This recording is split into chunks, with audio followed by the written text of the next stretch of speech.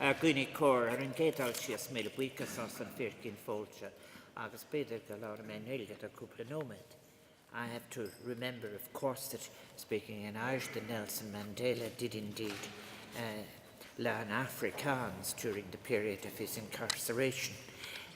Ara is Ari Hyochtidóla Builden Arachtas a Gwynushlis Accordia.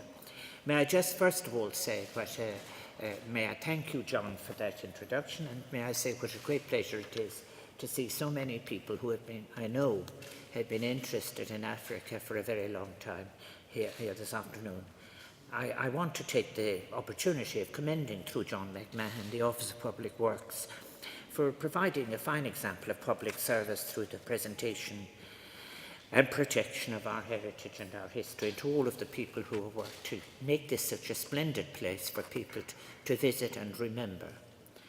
The exhibition celebrates the life of Nelson Mandela, and the exhibition examines themes which define in many ways his life as a leader, as a comrade in struggle, as a negotiator, as a prisoner, and as a statesman. And it highlights, too, the strength, breadth and depth of Ireland's relationship with South Africa, from Ireland's support for the anti-apartheid movement. And I have to say that support began with the brave efforts of principled opponents of racism, and it evolved then to become an agreed position of both government and opposition. As I look here, and I see Joan here, and Pat here, and Rodney and all of the others, these are the people who in fact spoke of Africa and spoke of the importance of opposing racism and apartheid. I think that support that they offered in their time has a significant place among the foundation stories of the vibrant friendship that exists between Ireland and South Africa today. And what a great pleasure it is to welcome the Minister and to welcome the other representatives of South Africa and this museum here this evening. The earliest pioneers in struggle and in solidarity with struggle, they deserve our eternal recognition and gratitude. And I'm delighted that Trevor Manuel, who is one of the key ANC figures involved in the fight against apartheid and in the governments of President Mandela and Mbeki in helping to build South Africa, I'm so pleased that he is here with us today. To the Irish who worked in solidarity, may I say again how heartening it is to see so many of you here tonight as I was looking around. You who worked, organised and protested in Ireland against apartheid and in support of our South African brothers and sisters. And while we formally honour Madiba tonight, tonight also recalls your contribution, individually and collectively, to righting one of the great wrongs of the last century. We are assembled here in a jail which holds a most important place in the history of Ireland's long and unremitting struggle for independence. This place of incarceration and execution for so many of those who fought for Irish freedom is a symbol not only of defiance and courage, but also, we must never forget, of profound sacrifice by men and women, made not for any small or partial version of nationalism, but for a generous vision of an enlarged freedom capable of encompassing all those seeking liberty and self-determination wherever they lived on our planet. It is then most appropriate that this venue is now hosting an exhibition celebrating the life of one of the great champions of human freedom, dignity, and equality of the past century. Thinking about the connections between Ireland and South Africa and our separate but related journeys towards freedom and justice, it brings to mind again, and it was quoted the other evening, Isar Skol Kela Waran Anini, literally meaning we live in each other's shadow, or put in another way, we rely on each other for shelter, Skol meaning both shadow and shelter, and our impact on each other can be positive or negative. This creates immediate moral responsibilities which exist in the future in relation to trade, not just in relation to aid, but in relation to foreign relations. And it speaks to me of the interconnectedness of the human experience, not only between those of us who share a nation or a continent, but the connections that have a global reach. The The struggle for Irish freedom was one of a series of struggles for freedom that served as an inspiration to the peoples of other colonies to cast off the yoke of empire. The struggles of South Africans to rid themselves of the tyranny of apartheid reinvigorated the global quest for justice and equality, and above all it addressed the poison of racism that based itself on little less than notions of lesser and superior peoples based on colour.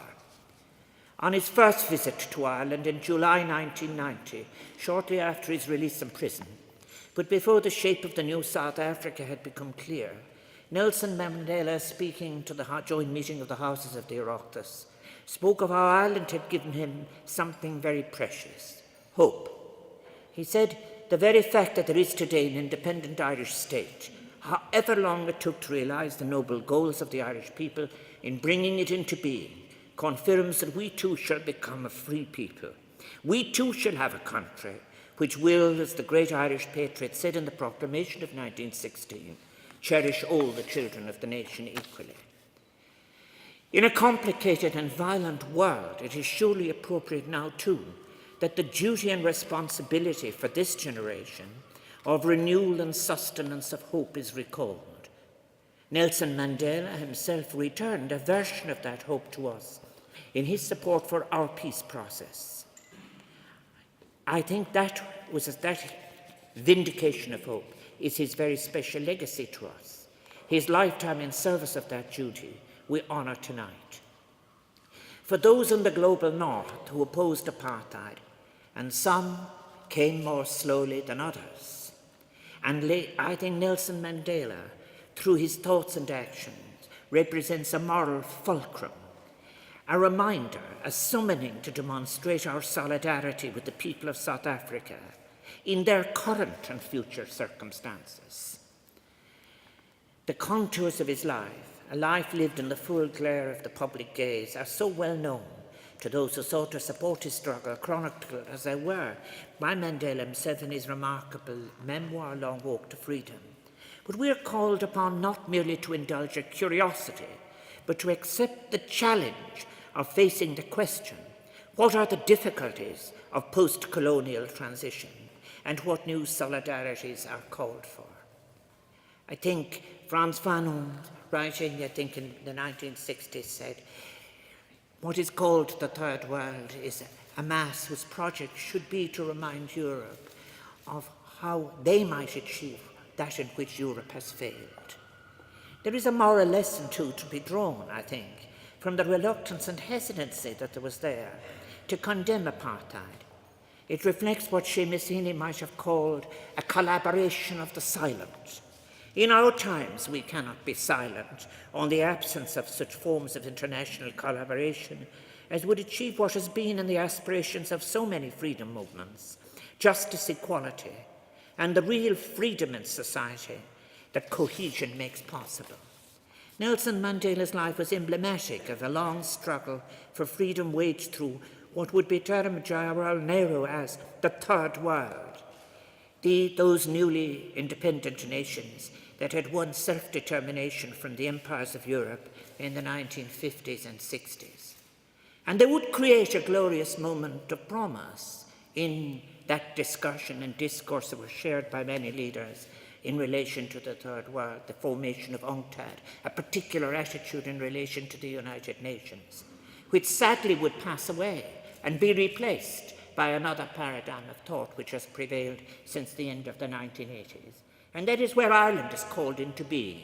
We must always support UNCTAD, and we must recover a moment in which we can come together again and bring the new paradigm of international relations into being. And some of those who visit the exhibition, no doubt, may look and find it difficult to understand the confidence, the arrogance, the hubris of the South African state in those times, and the brash manner in which it paraded ideas of racial superiority, confident that its loudly declared anti-communism would keep it enmeshed with the emerging post-war Western alliance. It made progress in too many areas with that strategy. The events of Sharpeville in 1960 demonstrated to the world the brutality and depravity of the apartheid regime. 69 people were shot by police, while protesting against the pass laws. That terrible word, the pass, which were used to control and restrict the movements of non-white people. The state quickly imposed a state of emergency and banned the ANC in response to the repression. Umkhonto we Sizwe was formed to confront the apartheid state directly. And it was when Nelson Mandela and 9 of his comrades, as you can see in this exhibition, were placed on trial for sabotage in the Rivonia trial that he first came to the attention of the world. Already imprisoned for incitement, Mandela was tried in conditions designed to ensure conviction and the death penalty. The court sitting was held in Pretoria, then the ideological heart of the apartheid state. And the statement that he gave to the court on the 20th of April 1964, part of which is in this exhibition. Of course, it cannot be truly called a defence, for there were in truth, from an ethical and moral perspective, no charges to answer. It was rather a declaration of principles, a remarkable articulation of an egalitarian political and social vision.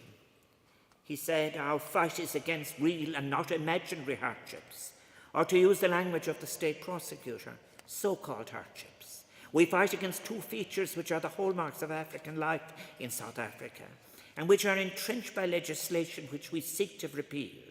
These features are poverty and lack of human dignity. And Nelson Mandela finished his statement to the court with a remarkable rhetorical display of moral vision and moral courage. During my lifetime, I have dedicated myself to the struggle of the African people. I have fought against white domination, and I have fought against black domination. I have cherished the ideal of a democratic and free society in which all persons live together in harmony and with equal opportunities. It is an ideal which I hope to live for and to achieve. But if needs be, it is an ideal for which I am prepared to die. And that was no mere rhetoric. Of course, the price that would be paid, Nelson Mandela would be imprisoned for 27 years. On Robben Island, he would be condemned to the punishment of breaking stones and quarrying in the limestone cliffs, a symbol of the gradual dismantling of the apartheid regime from within, perhaps, but aimed at degradation. In those long twilight years, there was often cause for despair, and there were setbacks. Under pressure from within and without, the racist state grew ever more oppressive and ever more aggressive before it fell, and it would take a great toll on peoples throughout southern Africa. To write about what was being delivered into the daily lives of the black people of South Africa took an extraordinary courage, and it extracted a high price. On viewing this exhibition yesterday, I thought of so many of those brave writers. Ruth First, whose writings those involved in solidarity movements tried to get and share among each other. Ruth, who with Joe Slovo suffered exile before her murder by a South African death squad in Mozambique in August 1982. The intensification of repression by the apartheid military in Namibia found its counterpart in the township of Soweto in 1976, when police murdered hundreds of protesting students and schoolchildren. Angola, Lesotho, Mozambique, Zimbabwe would all suffer destabilizing attacks by the racist state for hosting and protecting ANC exiles. Solidarity took a terrible toll, a history perhaps that is too often forgotten here in Europe, even as it is remembered and never to be forgotten in South Africa. So Nelson Mandela's story and that of South Africa is told very eloquently in this exhibition, better than I could possibly hope to summarize this evening, nor will I attempt to do so. But I do want to say a few words on the Irish involvement in the struggle against apartheid. The foundation of the Irish chapter of the anti-apartheid movement in 1964, by a good friend of so many of us, the late Cara Asmar, became a catalyst for real momentum on this issue in Ireland. The first secretary of the movement was Barry Desmond, who was at the time an official with the Irish Congress of Trade Unions, and the chair was the late Ernest Wood, SC, a distinguished lawyer and champion of civil liberties. There were so many who helped when it really mattered. And you all know here this evening who you are, and you deserve our thanks, and I offer it to you. And we are honoured especially to have Carter's wife Louise and her son Adam present with us this evening.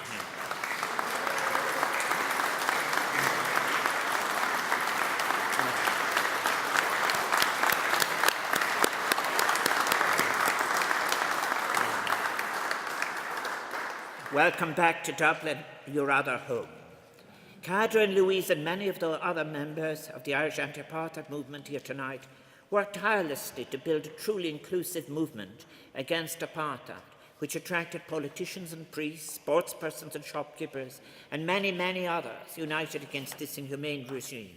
It was a movement that was, in so many respects, managed out of the Asmal home in Monkstown, but inspired and continually given energy by Mandela's spirit of principled resistance and respect for human rights and human dignity, which struck such a chord with an increasing number of the Irish people. And this sense of common humanity and shared values led thousands to join the anti-apartheid movement and to stand up against injustice. These dedicated volunteers campaigned to isolate South Africa at all levels, with notable successes in sporting, academic and cultural boycotts. The Springbok Rugby Tour to Ireland in 1970 was a pivotal movement, building huge momentum and intersecting with our new sense of determination and civil rights in Northern Ireland. And while the matches went ahead, the tour was marked by huge protests against the Springbok, and indeed Irish teams for taking part, although there were exceptions, and against the apartheid regime. It was an impressive show of force and defiance by those of the Irish people who, believing their human rights and defence of dignity for all should know no borders, were willing to demonstrate against a cruel regime far away. And the weather was very bad. I recall, for example, standing alongside Noel Brown with his little sign box, "Go home," as the rain poured down on us. And in Limerick, the late Jim Kimmy was staunch in defending the protest against what was an organised opposition to the gesture. For people of that generation, the struggle against apartheid was one of the great defining moral arguments of the second half of the 20th century, an issue which united people from Dublin to Durban, the utterly repugnant idea that one's race should determine one's prospects in life needed to be fought. And it was people like Cadra and Louise who so graciously and fiercely gave authorship to that fight in Ireland, and so many others of you that I recognise here tonight and I remember from those days. A touchstone moment of the protest against apartheid in Ireland was, of course, the Dunnes Stores strikers, when in July 1984 a group of workers, mainly young women in Dunnes and Henry Street, took a moral stand and refused to handle produce imported from South Africa.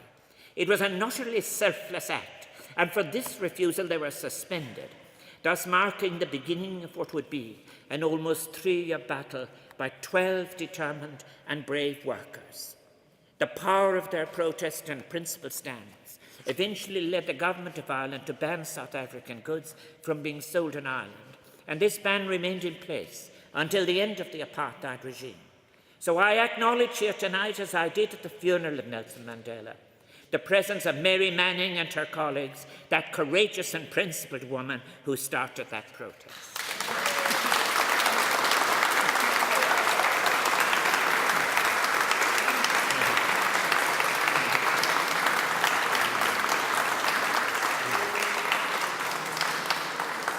I still recall when Sabine and I visited Robben Island in November 2014. We were guided around the prison by a former prisoner turned tour guide, Thulani Mabasa. I remember him vividly describing how hearing about these young women in Ireland who cared so much about their cause had impacted on the inmates, giving them, he suggested, the strength and determination required to carry on. In our era, Scala Hela, Avina Dini Guarakton. Reflecting on Ireland's contribution to the struggle, Mandela said again in 1990, "For more than a quarter of a century, your country has had one of the most energetic and effective anti-apartheid movements in the world. Irish men and women have given wholeheartedly and often sacrificial support for our struggle in the fields of economic, cultural and sports relations. We therefore salute your sportspeople, especially the rugby players, your writers and artists, and the Dunnes and other workers." In the 1980s, the force of growing international condemnation, sanctions and increasing civil unrest in South Africa brought the Nationalist Party to the negotiating table. And there is a lesson in that. During this time, the Asmal kitchen table in Monkstown took a starring role. It was there that Carter, with Albie Sachs, another prominent ANC member and lawyer, drafted the earliest version of what would become the South African Bill of Rights, a cornerstone of the Constitution of the new South Africa. The final draft of the Bill of Rights is now regarded as one of the most progressive and just documents of its kind. And as Albie Sachs put it, remembering that time, it was one of those pinch-me moments, knowing that we were entering into a whole new phase, not simply denouncing, imagining, mobilizing, but beginning to craft the foundation of a new society. And when I spoke on the occasion of Africa Day 2 months ago, I recalled the long and complex history of Irish engagement with South Africa, a history towards which we should not affect any accommodating or selective amnesia. Many of the Irish men and women imprisoned in this jail 100 years ago had given their support to the cause of the Boer republics in the South African wars. Through their own prison, what they saw was a number of small republics heroically resisting a great imperial power, ignoring the terrible irony that these very same republics were brought into existence by the displacement of other peoples during and after the Great Trek. Every patriot, Sean O'Casey would write at the time, carries on the lapel of his coat a button picture of Kruger, Botha, Stein, Joubert, de Wet. By 1948, the National Party of South Africa could present itself as the representative of the African peoples, the true lineal descent of those republicans of the 1890s and 1900s. At that time, the Minister for External Affairs in Ireland was Sean MacBride, whose father had received a commission from the South African Republic for his services in the South African Wars. And he was joined by 500 Irish and Irish Americans, while over 30,000 Irish soldiers had fought for British forces during the conflicts. Despite these ties of blood and friendships forged by politicians of the Irish Free State in South Africa, and the 60,000 South Africans claiming Irish descent at that time, the Irish state did not pursue any kind of constructive engagement with apartheid. Indeed, Sean MacBride would later, as United Nations Commissioner for Namibia in 1974, champion the national liberation struggle then being waged by SWAPO to the chagrin of both the apartheid regime and its allies. Sean MacBride would become a stalwart of the Irish anti-apartheid movement, and those of us who were involved faced a struggle at first, not against any stalwart opposition, but against at times an indifference and what I think we could now view as lassitude in the official position, despite the active involvement of so many politicians across the political spectrum in Ireland. To us, the moral demand issued from Robben Island required nothing less than the ending of all forms of collaboration with apartheid. This was not only the policy of Nelson Mandela or the African National Congress, but let us recall, it reflected public opinion throughout Africa and the global South, as then represented by the resolutions of those countries in the United Nations General Assembly for the imposition of active sanctions against the apartheid regime. And that is a glorious moment in the history of the United Nations, when there was hope in the delegations coming from Africa to New York. It was a time when the General Assembly was not subjugated to the vicarious decisions of the Security Council. Ireland had initially abstained on such motions, but in 1970, as a consequence of the activism of the anti-apartheid movement, Ireland became the first Western European state to support sanctions. In 1987, as I said earlier, the government acknowledged the moral strength of the drone strikers, and Ireland became the first Western country to ban South African imports, invoking International Labour Organization conventions which enable nation states to prohibit imports produced using forced labour, a policy practiced by the apartheid state. And those capacities in the International Labour Organization still remain for other circumstances. Ireland alone of the Western European nations did not open full diplomatic relations with South Africa until we were assured of the reality of a transition to democracy. And so as we celebrate this year the centenary of the birth of Nelson Mandela, we also celebrate the 25th anniversary of partnership between two democratic republics. Free South Africa has been in our difficult days in search of peace being a source of encouragement in Ireland. President Cyril Ramaphosa, with the former Finnish President Matti Ahtisaari, was among those who were instrumental in making the forging of peace in Ireland, being one of the rare political figures capable of engendering trust amongst a diversity of groups. The powerful example of reconciliation and forgiveness embodied so strongly by Nelson Mandela remains an enduring example today, particularly at this moment in the peace process in Northern Ireland. The relationship with South Africa has grown and matured. Our partnership is rooted in friendship, our shared history of colonialism and struggle, the challenges we share in discovering, in it, seeking to establish real and deep republics. Our diverse and interwoven linkages will now also be focused on a sense of shared destiny, a shared determination to create a just and sustainable future for our peoples and our planet. And if we are to invoke the memory of Nelson Mandela today, I believe we must do so in the fullness of the challenges, taking into account what is achieved at such a great price, but also what remains to be delivered within one of the finest constitutional documents in the world. We must reflect too on our mutual failures and call up again the courage to create a harmonious connection in cohesion between people, society, economy, culture, and ecology. And it is when the moment of international cooperation fades, at the decline of the Third World Movement, that one finds and sees the recoil, as it were, to a nationalism that cannot deliver the international project which I've described. We face many challenges in this new century, many of them sourced in the very same injustices that Nelson Mandela sought to overcome. The terrible dangers presented by anthropogenic climate change, which threatens the livelihoods and very lives of so many people globally, but in the global south most immediately. The moral imperative of welcoming all those fleeing war, famine, natural disasters and persecution, and the threats to social cohesion and solidarity presented by vast inequalities in income, opportunity, wealth and power within and between nations. These challenges are vast. There is nothing inevitable, however, about them, and they are not overwhelming.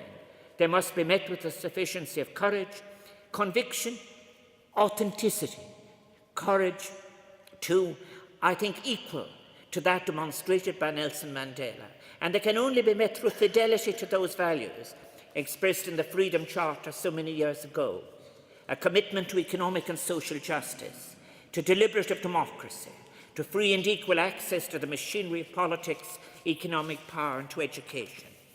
And as a community of nations have made commitments to one another through the Paris Climate Accord and the Sustainable Development Goals in New York, two landmark agreements made in an all too rare spirit of international solidarity, we are all challenged, those of us in the global north most of all, to remain authentic to the solemn pledges that we have made in New York and in Paris. And in doing so, we must recognise that the world order needs to make room for the continent of Africa, the continent of the young, the continent of the future, a continent so often that looks to a free South Africa with all its intellectual and material resources for leadership.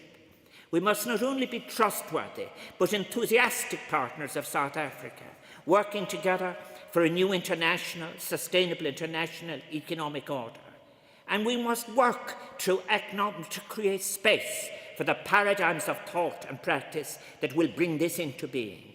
And I hope that so many Irish people will come to visit this exhibition and reflect. Some will be familiar with the story of Nelson Mandela and of the anti-apartheid movement. But for others, perhaps younger people, parts of the story may be new. But for all, it will be an inspiration and a summons to recover the idealism, courage, and forgiveness too that Nelson Mandela evoked in himself and in others throughout his remarkable life. Thank you.